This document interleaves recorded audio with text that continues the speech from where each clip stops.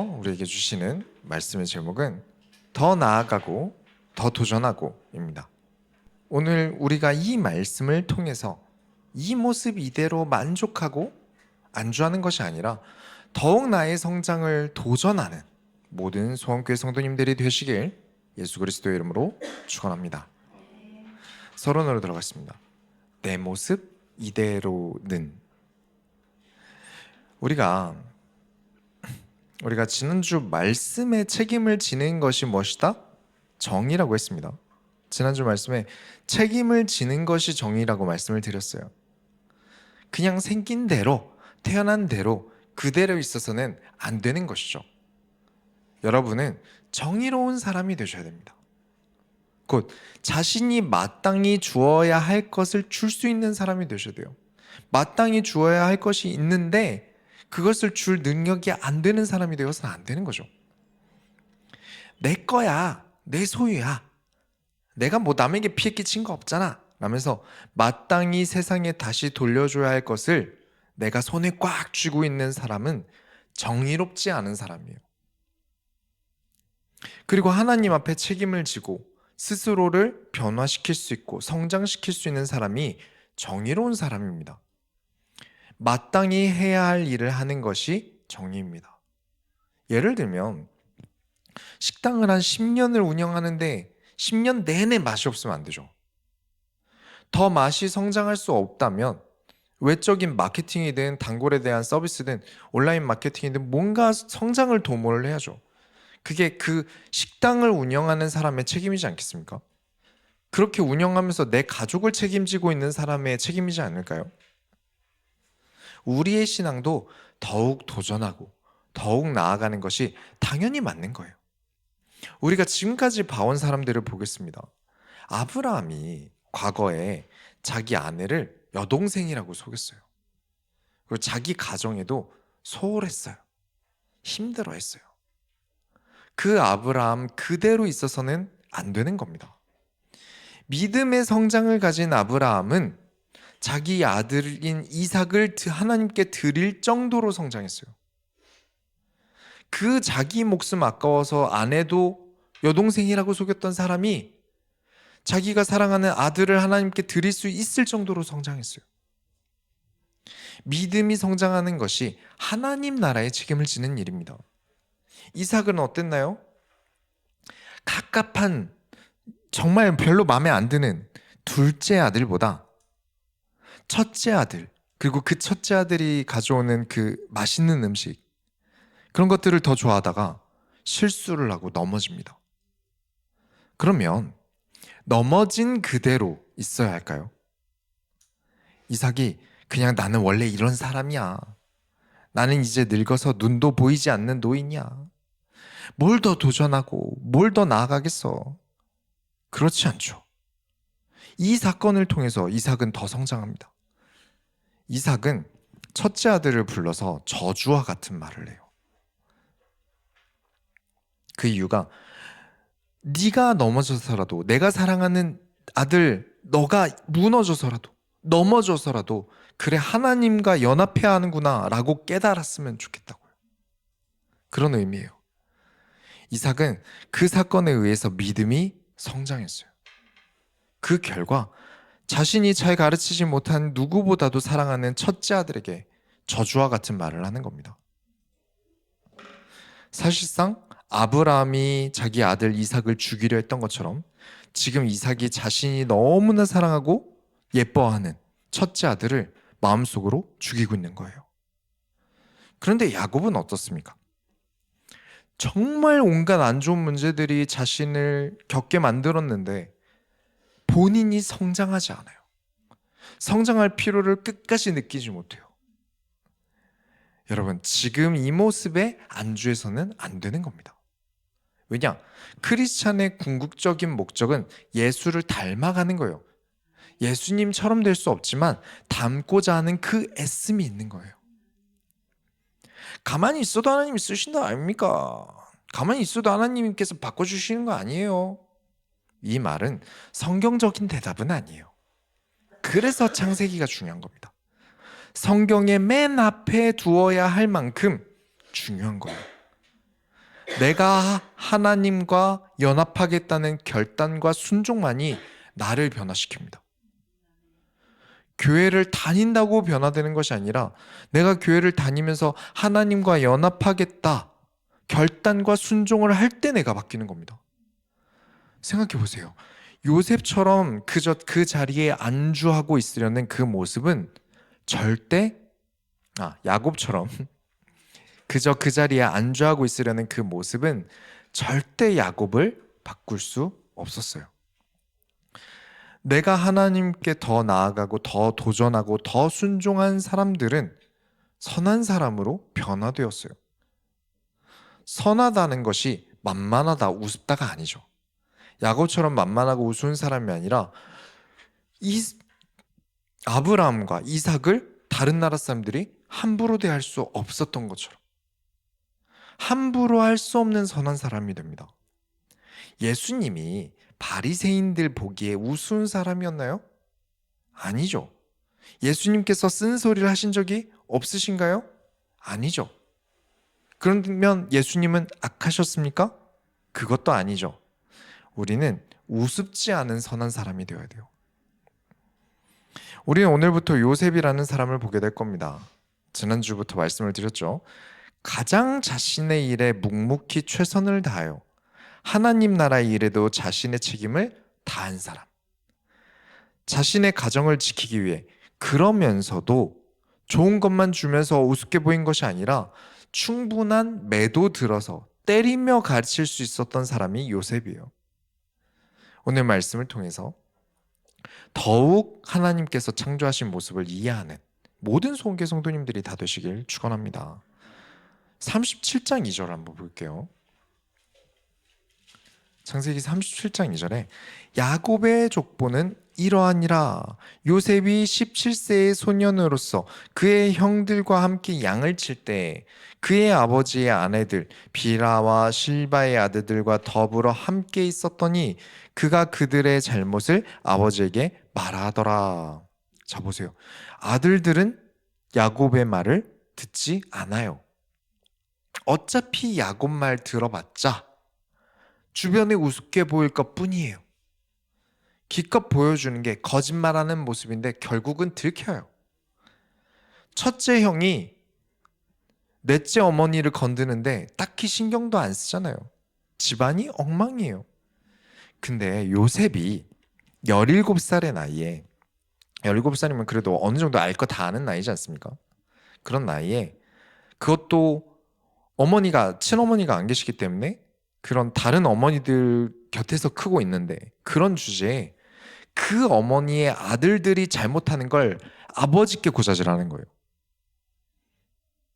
그냥 고자질이 아니라 나를 돌봐주는 어머니의 아들들의 잘못을 아버지께 고자질하는 거예요. 그러니까 다른 어머니들 사이에서 크고 있으면 교육받고 있으면 아버지보다는 그래도 형들 편을 들어줘야죠. 모든 집안이 아버지를 왕따시키고 있으니까 살아남으려면 나도 아버지를 왕따시켜야죠. 근데 아버지한테 쫄래레 가서 형들이 어제 이랬고요, 그저께 저랬고요 이러면서 고자질을 해요. 한참 눈치를 보고 커야 하는데 요셉은 타고난 성격이 깡단이 있는 사람인 거죠. 그런데 지금 더 문제가 뭐냐면 37장 3절 보시면 요셉은 노년에 얻은 아들이므로 이스라엘이 여러 아들들보다 그를 더 사랑함으로 그를 위하여 채색옷을 지었더니 야곱은 겪어봤잖아요. 야곱 아버지가 야곱은 차별하고 야곱의 형에게만 좋은 옷을 입혔던 그 기억이 있잖아요. 그걸 보고 자라놓고 지금 자기도 자기가 예뻐하는 아들에게만 좋은 옷을 입힙니다. 역시 야곱은 성장하지 않았어요. 여기는 채색옷이라고 되어 있는데 원래 원어로 보시면요, 원래 언어로는 소매가 긴 옷이라는 표현이에요. 소매가 긴 옷. 왜 소매가 긴 옷이 좋은 옷일까요? 원단을 아낄수록 소매가 짧겠죠. 이렇게 이해하시면 되겠죠. 요셉에게는 아끼지 않았다. 그렇게 보시면 돼요. 다른 건 다 아끼고 막 다른 아들들은 차별해도 요셉에게는 아끼지 않았다. 저는 성경에서 볼 때, 성경을 볼 때 이 자녀를 차별하는 집안의 아이들이 멀쩡한 꼴을 본 적이 없어요. 그리고 실제 삶도 마찬가지더라고요. 절대 자녀는 차별하는 게 아닙니다. 그러면 분명히 한쪽이 심각한 방황을 겪게 되더라고요. 37장 4절에 그의 형들이 아버지가 형들보다 그를 더 사랑함으로 그것을 보고 그를 미워하여 그에게 편안하게 말할 수 없었더라. 자, 요셉은 자꾸 고자질을 해요. 근데 집안 내에서 형제들 서열 11이란 말이에요. 동생인데도 동생 눈치를 보고 살아야 돼요, 형들이. 그렇게 되면 어떻게 되죠? 말 편히 하는 10명만 따로 지내고 요셉은 혼자 지내야 돼요. 왕따를 당하는 거죠. 근데 이 왕따를 당하는 이유가 배가 달라서는 아닌 거예요. 왜냐? 이 형제들도 다 배가 달라요. 근데 서로 잘 지내잖아요. 타고나기를 요셉은 고든 사람입니다. 그리고 요셉 동생도 있어요. 근데 요셉 동생은 잘 지냅니다, 형들이랑. 그러니까 요셉은 정말 고든 사람인 거죠. 성격이 고든 사람이에요. 옳은 게 옳은 것이다. 틀린 게 틀린 것이다. 구분짓는 고든 사람이에요. 그런데 요셉이 또 미움받는 짓을 합니다. 그림 하나 보여드리면 37장 7절에 보면 우리가 밭에서 곡식단을 묶더니 내 단은 일어서고 당신들의 단은 내 단을 둘러서서 절하더이다. 그러니까 요셉 주변으로 요셉이 쌓은 이 단 이것 주변으로 형들이 나한테 절을 하는 꿈을 꾼 거예요. 그렇게 말을 해요. 안 그래도 왕따 당하고 있는데 굳이 이 말을 해요. 그냥 내가 꾼 꿈이 이랬다고서 혼자 삭히고 있어야 되는데 또 이걸 말을 해요. 안 그래도 단단히 미움받고 있는데 셀프로 더더욱 왕따를 당하려고 하는 거죠. 근데 또 37장 9절에 요셉이 다시 꿈을 꾸고 그의 형들에게 말하여 이르되 내가 또 꿈을 꾼즉 해와 달과 11별이 내게 절하더이다 하니라. 우리 가족은 나에게 절을 하게 될 거예요. 제가 그런 꿈을 꿨어요. 굳이 말을 왜 합니까? 나중에 다음 주에 보시게 되겠지만 이 이후로 요셉이 억울한 일이 있을 때 말을 잘 안 합니다. 여튼 자, 요셉은 이 모습 이대로 있어야 할까요? 성격이 올곧기만 하고 사회성은 부족한 이 17살 고딩이 이 모습 이대로 하나님께서 쓰실 수 있으실까요? 당연히 아닙니다. 하나님께서 사랑하신다와 하나님께서 사용하신다를 구분하셔야 돼요. 하나님께서 나를 사랑하신다 이것과 하나님께서 나를 사용하신다는 분명한 차이가 있어요. 하나님은 이 모습 이대로 우리를 사랑하십니다. 그러나 사랑하기에 세상에 나타낼 때는 다릅니다. 사랑하는 애를 빨가벗겨서 학교 보내실 수 있으십니까? 아니죠. 이 모습 이대로 너 태어난 그대로 학교 가. 할 수 없죠. 여러분이 사업 아이템을 구상하다가 너무 애정이 가고 막 세상에 없다고 생각이 드는 특별한 향수를 만들었다고 생각해 볼게요. 아무리 생각해도 이 향수의 가치는 막 샤넬 넘버 5보다 훨씬 좋아요. 그러면 이 향수를 세상에 어떻게 내놓으시겠습니까? 향수가 향만 나면 되지 라면서 막 다이소 1,000원짜리 분무기통에 담아서 포장도 없이 파실 수 있으세요? 아니죠. 정말 내가 사랑하는 애정템이니까 향이 안 빠지는 고급 구조를 가지고 있는 예쁜 병에 담고 종이 포장도 정말 세련되게 디자인하겠죠. 하나님께서 저와 여러분을 세상의 하나님 나라에 대한 증거로 여러분을 보내시는데 어떻게 대충 보내시겠습니까? 여러분은 어떻게 대충 쓰시겠습니까? 그 모습 그대로 세상에 어떻게 그냥 보여주시겠습니까? 그래서 세상에 자랑스럽게 여러분을 보여주시기 위해 우리를 연단하십니다. 사랑의 증거가 연단이에요. 그러니까 사랑한다와 사용하신다는 좀 다르게 구분해야 됩니다. 이제 요셉의 이야기 그리고 야곱의 이야기들을 마저 보면서 우리가 순종하며 책임지는 삶을 살아갈 때 어떤 일들이 벌어지는지 깨달아지는 모든 소개 여러분들이 되시길 예수의 이름으로 축원합니다. 본론으로 들어가겠습니다. 안주하는 사람, 안주하지 않는 사람. 자, 이 이후에 요셉의 형들이 양을 치러 갔어요. 근데 야곱 입장에서는 이 형제들이 아들들이 믿업지 못한 거예요. 그래도 야곱이 양 하나는 기가 막히게 잘 키웠잖아요. 딴 건 몰라도 그죠? 가축 하나는 잘 키웠어요. 야곱은 양을 키우는데 장인이에요. 그런데 문제는 아들들이 과연 야곱이 하라는 대로 양들을 키웠을까요? 안 그래도 아버지 말을 귓등으로도 안 듣는데 어림도 없죠. 그래서 아무리 그래도 이 가축들의 자산은 누가 주인이죠? 야곱이 주인이죠. 그래서 요셉을 보냅니다.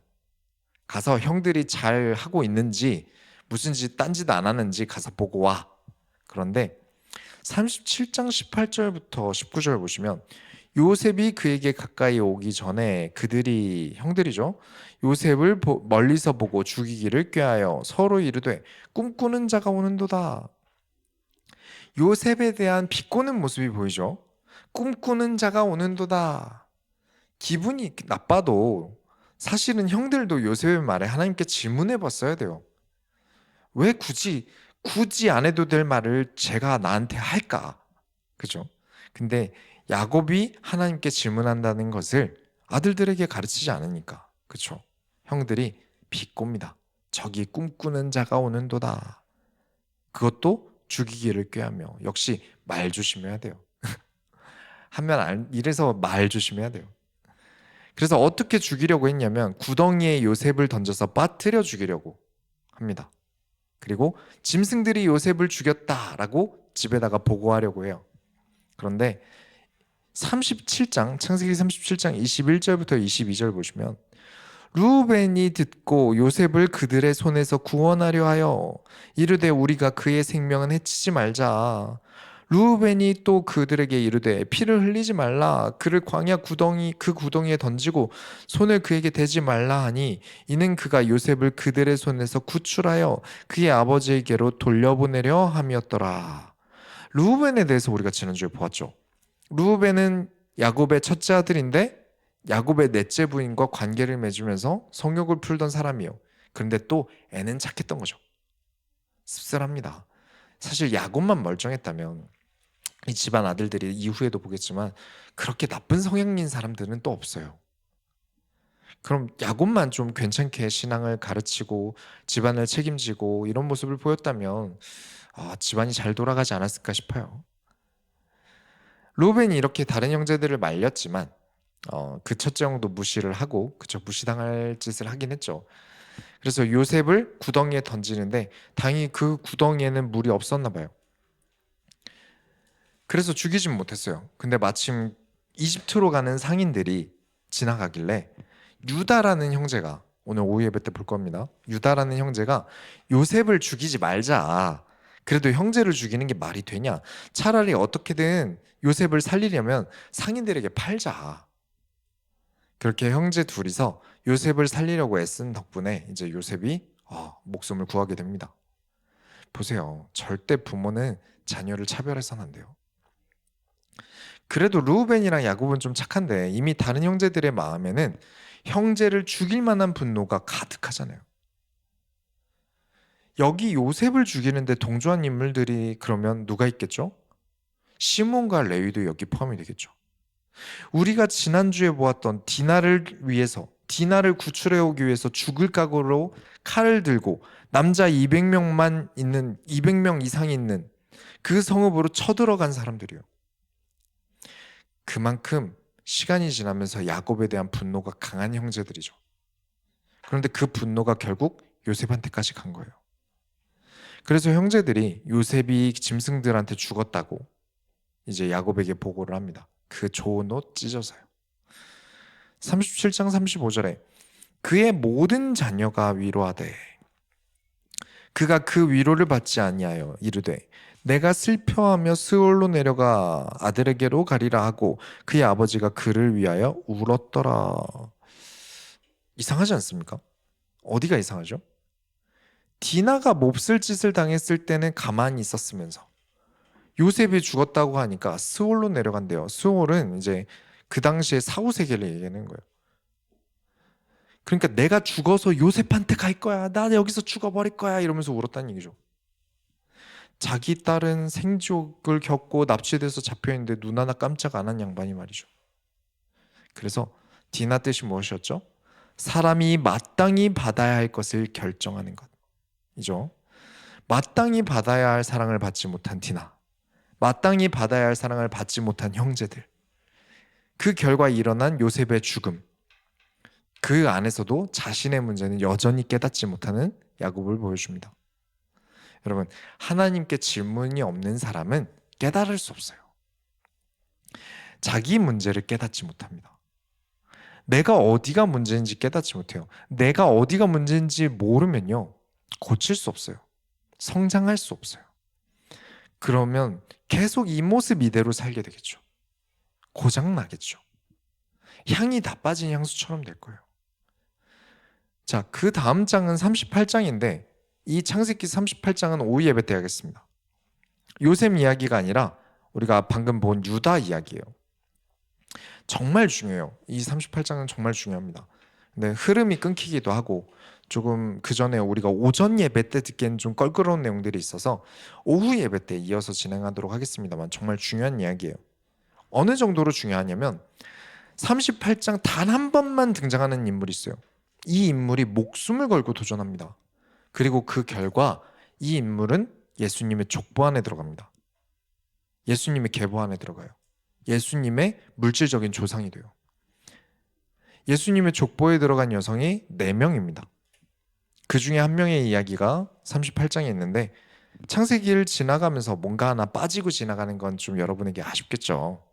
그러니까 오늘 오후 예배에 참석을 못 하시거나 지금 온라인으로 듣고 계신 성도님들이 오후 예배 온라인 링크를 꼭 저에게 신청하시기 바랍니다. 39장으로 넘어가면 이제 하나님께서 요셉을 뜯어 고치시기 시작해요. 이제 요셉도 겪어본 게 많아요. 39장 1절에 요셉이 이끌려 애굽에 내려가매 바로의 신하 친위대장 애굽 사람 보디발이 그를 그리로 데려간 이스마엘 사람의 손에서 요셉을 산이라. 자, 요셉이 어떤 상황이었는지 이전까지 상황을 생각해 볼게요. 일단 어머니는 우상 숭배와 하나님을 겸하여 섬겼어요. 그러다 불행하게 죽었어요. 사실은 또 생각해보면 자녀들은 인격적으로 잘 키울 어머니도 아니었어요. 그러면 가장 가까이서 요셉을 인격적으로 지도해줘야 되는 존재는 사실 아버지가 아니거든요. 왜냐? 형만 10명이에요. 형이 얼마나 많은데요. 그래서 형들의 손에서 키워지고 눈칫밥도 먹고 사회성도 기르고 또 그러면서 형들에게 지지 않으려고 노력도 하고 그런 성장이 필요하죠. 보통 첫째 낳으면 둘째에 대해서는 어느 정도 첫째에게 좀 맡기는 게 있잖아요. 모든 부모님들이. 근데 심지어 형들만 10명인데 사실 형들의 역할이 더 중요하죠.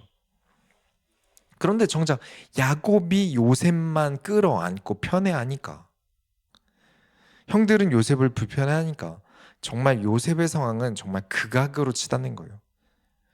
정말 상황이 좋지 않았어요. 그래서 하나님께서 이런 방식들, 노예로 팔려가는 방식을 통해서 요셉을 내보내십니다. 거기선 더 이상 성장할 수 없었어요. 그런데 그렇게 나간 곳이 하필이면 이집트의 4대 문명, 그죠? 이집트 4대 문명, 정복국가라고 불리는 이집트에 갔어요. 그 이집트 안에서도 왕의 친위대장, 지금으로 말하면 대통령 경호장관 정도로 생각하시면 됩니다. 자, 군인이에요. 얼마나 칼 같겠습니까? 그리고 이집트의 종으로 간 거예요. 자, 마음에 안 들면 회사 잘린다가 아니라 목이 잘려요. 어떤 상황인지 아시겠죠? 실력이랑 사회성, 그러니까 말 한 번 잘못하면 죽는 곳이에요. 요셉의 어떤 모습을 보완하려는지 보이시죠? 사회성이 부족하고 말도 그냥 막 아는 대로 막 말을 하고 형들한테도 그냥 하고 싶은 말 다 하고 고자질도 막 하는 그 성격을 반드시 고쳐야만 살아남는 곳에 보내신 거예요. 39장 2절부터 3절에 여호와께서 요셉과 함께 하심으로 그가 형통한 자가 되어 그의 주인 애굽 사람의 집에 있으니 그의 주인이 여호와께서 그와 함께 하심을 보며 또 여호와께서 그의 범사에 형통하게 하심을 보았더라. 자, 이집트의 군대 장관이 봐도 요셉은 하나님으로 형통한 사람. 그 모습 그대로 있었으면 그렇게 안 보였을 거예요. 만약에 이 지금 보디발의 집에서만큼 하나님으로 형통한 사람이었다면 쫓겨날 일이 없거든요. 그 집에서 좋은 영향을 끼쳤을 거예요. 이 형통한 사람의 원어 뜻은 하나님이 함께 하시어 형통하게 하다라는 뜻이에요. 그러니까 그냥 형통한 사람, 그냥 어딜 가든 형통한 사람이 아니라 하나님이 함께 하셔서 형통한 사람, 그런 뜻입니다. 자, 라헬이 하나님과 우상을 경하여 섬겼다고 말씀드렸죠? 형통했습니까? 아니죠. 야곱은 유일하신 하나님으로 믿었긴 했는데 형통하지 못했어요. 이유가 뭐였죠? 하나님을 믿었지만, 유일하신 하나님으로 믿었지만 하나님께 질문하지 않았어요. 항상 해오던 방식 그대로 일 처리를 하려고 했어요. 그래서 형통하지 못했어요. 그런데 그 전에 아브라함과 이삭이 형통해지는 시점이 있었어요. 그렇죠? 언제였습니까? 하나님 앞에 결단하고 하나님께 질문하고 하나님은 나의 하나님이시다. 내가 하나님과 연합하지 않으면 죽는 게 낫다. 라고 살아갈 때 형통했습니다. 자, 보디발이라는 왕의 경호장관 집에서 요셉이 일을 하는데 하나님과 함께하고 질문하며 순종하였는데 경호장관이 너는 하나님이 함께 하시는구나. 그냥 너 일 잘하는구나. 가 아니라 너는 하나님으로 형통하구나. 너와 하나님이 함께, 하나님께서 너와 함께 하시는구나. 그렇게 여겼다는 거예요. 그러면서 너를 함부로 대하는 게 아니라 너를 존귀하게 여겨야겠구나. 그래서 이 집안에 있는 모든 거, 내가 먹는 거 빼고는 다 네가 맡아서 해라. 하나님께 질문하고 순종했다는 말은요, 예를 들게요. 여러분이 회사를 다니는데 회장님이 오신대요, 우리 사무실에. 그래서 후다닥 나가서 인사를 해야죠. 누가 앉아서 CEO nice to meet you 막 이렇게 하겠어요, 그죠? 근데 회장님이 여기 사무실이 여기 사무실이 왜 이렇게 어두워? 등 좀 달아 라고 말하고 가시면 여러분 형광등만 바꾸시겠습니까? 그냥 밝게만 하실래요? 아니죠. 회장님 취향을 알아봐야죠. 그죠? 그냥 전등 말고 다 뜯어 고쳐가지고 LED로 달아야죠. 하나님께서 하라고 하시는 일에 믿음의 영웅들이 한 순종은 그 일만 하지 않았어요. 너 그거 해? 네, 그것만 그냥 대충 딸랑한 게 아니에요. 예수님께서 가서 제자 삼아라 라고 하신 명령을 지키려고 사도들이 얼마나 연구했는지 아십니까? 그리고 또 그 집에 들어가서 몇 개월을 같이 살면서 가르쳤습니다. 그냥 만나서 여러분 예수가 메시아이신 구원자 그리스도십니다. 그분 믿으시면 구원받아요. 이러고 끝난 게 아니라는 말이에요. 보디발의 집이에요. 그러면 보디발의 원하는 대로 해야죠. 보디발이 원하는 취향에 맞춰야 되는데 하나님께 질문하고 하나님이 원하시는 대로 했기 때문에 보디발이 봐도 하나님이 너와 함께 하시는구나 하게 된 거예요. 하나님께서 가르치신 일에 요셉이 최선을 다합니다. 순종해요. 그렇게 하니까 보디발이 그래 네가 나보다 낫다 집안일은 다 네가 해라. 난 관여 안 할게. 이렇게 된 거죠. 저 촌구석에서 부모도 제대로 가르치지 않고 형들에게 왕따나 당하던 17살짜리가 뭘 알겠습니까? 그 수준이 그 강대국인 이집트 수준을 못 따라갈 텐데요. 그런데 4절부터 5절에 요셉이 그의 주인에게 은혜를 입어 섬김에 그가 요셉을 가정 총무로 삼고 자기의 소유를 다 그의 손에 위탁하니 그가 요셉에게 자기의 집과 그의 모든 소유물을 주관하게 한 때부터 여호와께서 요셉을 위하여 그의 애굽 사람의 집에 복을 내리심으로 여호와의 복이 그의 집과 밭에 있는 모든 소유에 미친지라. 자, 이게 가능한 이유는 요셉 수준이 아니라 하나님의 수준이 이 집안에 개입되었다는 말이에요. 그죠? 여러분이 어떤 선택을 하시든지 하나님께 질문하셔야 합니다.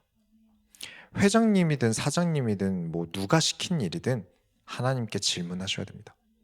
그분의 의중이 중요한 게 아니에요. 우리는 하나님의 의중이 중요합니다. 하나님이 나의 주 되심을 인정하셔야 돼요. 이 창세기를 두고 우리에게 알려주고 계시는 거예요. 너희가 있는 회사가 사장 것이 아니다. 보디발 집에 있다고 해서 보디발 것이 아니다. 모든 것은 창조주 하나님의 것이다. 창세기죠. 그러니 하나님과 연합해라.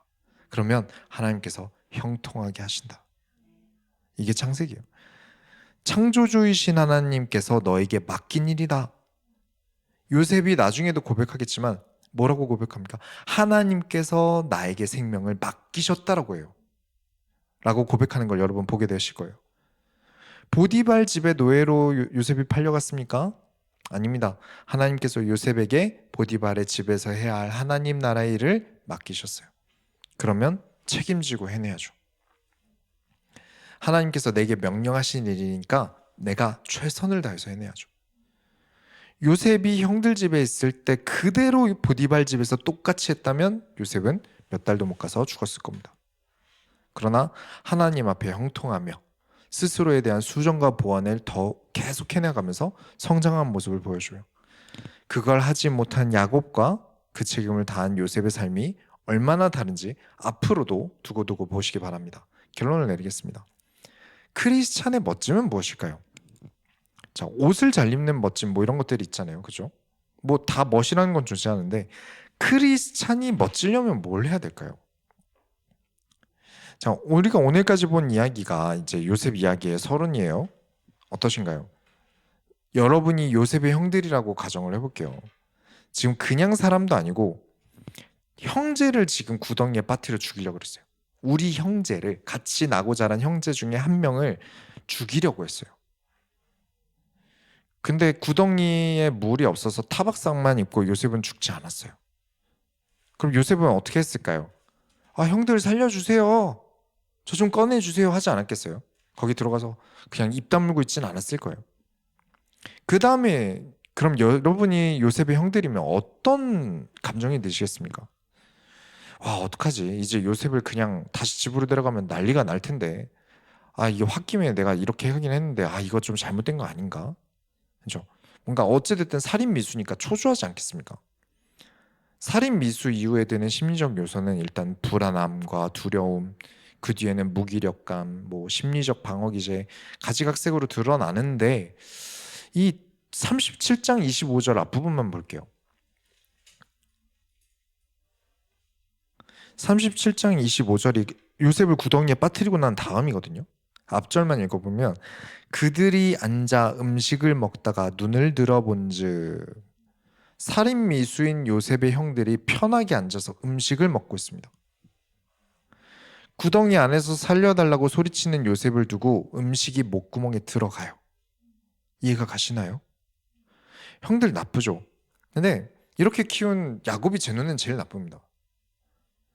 자녀에 대한 편애, 가족에 대한 편애는 이 아이들이 어릴 때부터 보아왔어요. 첩의 자식들이라고 죽을 수 있는 가장 끔찍한 상황에서 맨 앞에부터 줄 세웠어요. 사람 방패로. 우리 아버지가 나를 인간 방패로 앞에 세워놨었어요. 그리고 가장 사랑하는 자식이라고 제일 뒤에 뒀었어요. 여동생이 끔찍한 일을 당했을 때도 아무 말이 없던 모습을 보이면서 정작 내가 그렇게 사랑하지도 않는 내 동생이 죽었다는 말에 그렇게까지 울면서 슬퍼했어요.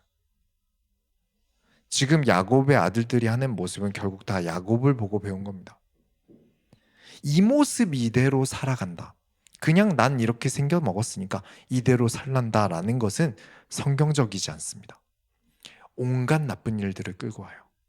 선하지 않습니다. 내가 해야 할 책임을 다하지 않는 것은 절대 성경적이지 않습니다. 크리스찬은 멋짐이 있어야 됩니다. 이 멋짐을 우리의 용어로 거룩함이라고 합니다. 애초에 성도 뜻이 거룩하게 구별된 사람이란 뜻이에요. 합리화하면서 어떻게든 내가 성장하기보다 자꾸 말로 퉁치려는 모습은 아무리 봐도 거룩함이 없어요. 거룩함이라는 품격이 느껴지지 않아요. 제가 운동을 끝나면 이렇게 체육관 앞에 이제 홈플러스 마트가 있거든요. 그래서 거기서 보통 장을 보고 집으로 가요. 근데 제 앞에 어떤 아주머니가 이제 계산대에서 자꾸 젊은 직원에게 심하게 반말을 하시는 거예요. 근데 그 직원도 그렇고 주변에서 다 불편하게 쳐다봐요. 너무 심하니까. 근데 그 아주머니 입장에서 뭐 법으로 존댓말 하려고 되는 건 아니잖아요. 법으로 정해져 있는 거 아니잖아요. 손님이고 뭐 물건을 구매하니까 이렇게 물건을 사주니까 직원이 월급 받는 거잖아요. 이게 왜 문제가 되죠? 네, 문제는 안 되죠. 근데 품위가 없습니다. 누가 복도에서 전자담배를 피우고 있는 거예요. 그래서 제가 그렇게 계속 뻔히 봤어요. 아니, 냄새도 안 나는데 전자담배 태우면 안 됩니까? 제가 흡연자가 아니라서 이게 법상 되는지 안 되는지 모르겠어요. 근데 한 가지는 알겠어요. 뭐가 없죠? 타인에 대한 배려가 없죠. 품위가 없는 거예요. 저에게 거룩함은, 저에게 거룩함에 대한 정의는 품위입니다. 야곱을 보세요. 애들 낳고 열심히 일해서 가축 많이 벌어다가 13명의 자식들이랑 종들이랑 아내들 먹고 살게 해줬잖아요. 그러면 애들이 알아서 커야죠. 맞는 말 같은데 그 안에는 신앙을 남기는 거룩한 품격이 없어요. 형들을 보세요. 집안이 엉망입니다. 그 누구도 품위를 모르겠어요. 품격이 느껴지지 않아요. 그래도 루벤과 유다는 동생을 지키려고 합니다. 그나마 나아요. 그러나 그 안에서도 품위는 없어요. 요셉을 보세요. 그 품위 없던, 그 아무 말이나 하던 요셉이 보디발의 집에 가서 하나님이 함께 하시는 형통함을 사람들에게 보일 정도로 바뀌었어요. 그래, 너 우리 집안 가정 총무해라. 네가 다 맡아서 관리 감독해라. 직장 생활을 아무리 해봐도, 아무리 일을 잘해도 멋지지 않으면 위로 올라갈 수 없잖아요. 아무리 일을 잘해도 사람들 앞에서 통솔하는 능력은 그만큼의 멋짐도, 그쵸, 존경감도 있어야 되는 거죠. 그래서 오늘 읽은 본문에도 있습니다. 39장 6절에 주인이 그의 소유를 다 요셉의 손에 위탁하고 자기가 먹는 음식 외에는 간섭하지 아니하였더라. 요셉은 용모가 빼어나고 아름다웠더라. 만약에 말이죠, 요셉의 성격이 좀 성경의 내용과 좀 달랐다면 어떻게 됐을까요? 나는 불쌍해. 형들에게 버려줬어. 난 망했어. 지금 종으로 팔려갔잖아. 얼마나 불쌍해. 내가 얼마나 힘들게 살았는지 아세요? 엄마는 둘째 낳다가 돌아가셨어요. 그런데 불쌍한 나를 이렇게 형들이 왕따 시켰다니까요. 그러니까 나는 이렇게 좀 살아도 돼요. 이렇게 불쌍하게 여기고 나를 위로해주고 나를 사람들이 이해해줘야죠. 이렇게 시리에 빠져서 계속 우울하고 막 세상이 나를 이해해줘야 된다고 부정적인 모습만 보여줬다면 지금 우리가 읽은 창세기 39장 6절은 없습니다. 계속 앓는 소리를 한다면 우리가 읽은 성경의 요셉은 없습니다. 힘들죠? 그죠? 요셉의 상황은 충분히 힘들고 어려운 게 맞아요. 그러나 요셉이 형들과 죄하고 앞에서는 요셉이 얼마나 힘들었는지 나중에 요셉이 형들과 만나거든요. 아무렇지 않은 척 있다가 잠깐 두고 혼자 방에 가서 소리를 치면서 옵니다. 얼마나 힘들고 서러웠겠어요. 그러나 요셉은 야곱처럼 사람들 앞에서 앓는 소리를 안 합니다. 한 번 이 일 때문에 죽어봤으니까. 혼자서 하나님과 연합함으로 견딥니다. 근데 세상에서 점점 이런 멋이 좀 사라져가요. 점점 앓는 소리 하면서 나를 이해해달라는 말뿐이에요. 제가 하나님을 이해하겠습니다. 제가 하나님의 손을 덜어드리겠습니다. 제가 교회를 살리겠습니다. 라고 말하지 않아요. 하나님이 저를 이해해 주셔야죠. 하나님이 제 손을 좀 덜어주셔야죠. 제가 얼마나 불쌍한데요. 제가 막 나가도 교회가 이해해 줘야죠. 그래서 멋짐이 없고 그 크리스찬들이 세상을 살아가기 참 힘들어집니다. 말했죠. 요셉의 멋짐이 없었다면 벌써 죽었다고요. 우리가 세상에서 자꾸 어려운 일을 당하는 것은 어쩌면 이 강인한 모습을 보이는 거룩한 멋짐이 없기 때문이지 않을까요? 다음 주에도 요셉은 계속 억울한 일을 당할 겁니다. 그러나 계속 멋지게 이겨나갈 것이고 실수도 합니다. 그래도 하나님과 함께하려는 움직임, 하나님께 질문하는 그 모습으로 인해서 어떤 삶을 이어나가게 되는지 우리가 보게 될 거예요. 그래서 우리가 많은 사람들에게 하나님과 함께하는 게 무엇인지, 형통한 게 무엇인지 보여줄 수 있는 거룩한 품격을 지니는 모든 소원교회 성도님들이 다 되시길 예수 이름으로 축원합니다. 우리가 하나님의 소원을 이뤄드립시다. 하나님 감사합니다. 오늘 하나님의 말씀을 보고 요셉의 서론부를 보면서 우리가 하나님이 원하시는 모습에 거룩에 도전해야 될 이유와 우리가 지금 이 모습 이대로는 안 되는 이유들이 한 주간 발견되어지게 하여 주옵소서. 살아계신 예수 그리스도의 이름으로 기도드렸습니다. 아멘.